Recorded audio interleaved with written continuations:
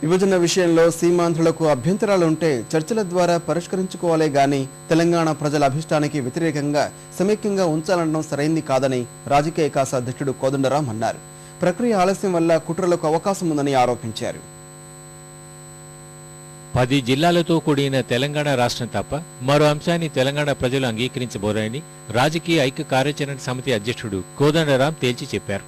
వరంగల్ జిల్లా మహబూబాబాద్ మండలం వేమునూరులో అమరవీరుల స్తూపం, తెలంగాణ తల్లి విగ్రహావిష్కరణలో కోదండరాం పాల్గొన్నారు. ప్రత్యేక రాష్ట్ర విషయంలో సీమాంధ్ర ప్రజా ప్రతినిధుల కుటిల యత్నాల్ని అడ్డుకునే బాధ్యత తెలంగాణ ఎంపీలు, మంత్రులదే అని స్పష్టం చేశారు. పార్లమెంట్లో బిల్లు కోసం కేంద్రంపై ఒత్తిడి పెంచేందుకు 29న హైదరాబాద్లో నిర్వహించనున్న సకల జనుల భేరీకి గడప గడప నుంచి తల్లి రావాలని కోదండరాం పిలుపునిచ్చారు. తెలంగాణ ప్రజల అభిష్టానికి వ్యతిరేకంగా సమైక్య రాష్ట్రం కొనసాగాలనేటువంటి ఒక మాట తప్ప వాళ్ళు మరి తెలంగాణ ప్రజల హక్కులను వీసమెత్తు కూడా గౌరవించట్లేదు.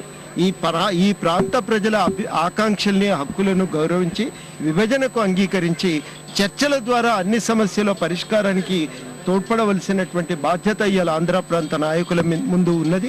గత ప్రభుత్వం వనరుల దోపిడీని ప్రోత్సహించడం వల్లే తెలంగాణలో సహజ సంపదకు భారీ నష్టం వాటిల్లిందని తెలంగాణ గెజిటెడ్ అధికారుల సంఘం అధ్యక్షుడు శ్రీనివాస్ గౌడ్ అన్నారు. తెలంగాణ అటవీశాఖ రేంజ్ అధికారుల సంఘం ఆవిర్భావ సభలో పాల్గొన్న ఆయన సకల జనుల భేరీకి తెలంగాణ ఉద్యోగులందరూ తరలి రావాలని కోరారు.